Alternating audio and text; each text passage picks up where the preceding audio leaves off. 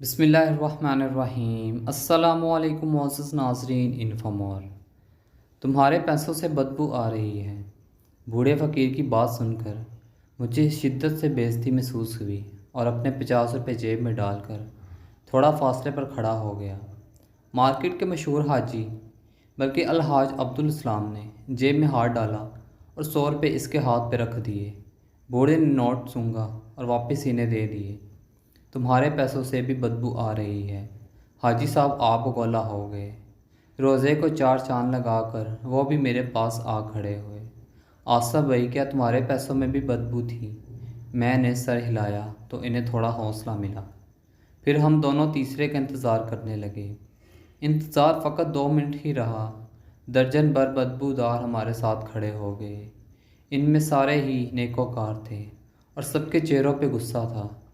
بوڑھا ہم سب سے بے نیاز خوشبودار پیسوں کے انتظار میں کھڑا تھا، اور پھر اس کا انتظار بھی ختم ہو گیا۔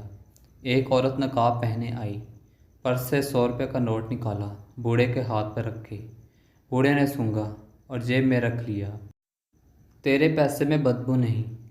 ہم سارے بدبودار ان دونوں کی طرف لپکے اور انہیں گھیر لیا، اور عورت سے نقاب ہٹانے کا کہا تو بوڑھے نے طنزیہ لہجے میں کہا، سوچ لو، نقاب اترا تو تمہارے چہرے اتر جائیں گے۔ الحمدللہ ہم سب خاندانی پاک صاف ہلالی اللہ کے نیک بندے ہیں۔ ہم بھی تو دیکھیں کہ یہ عورت ہم سے زیادہ نیک کیسے ہو سکتی ہے۔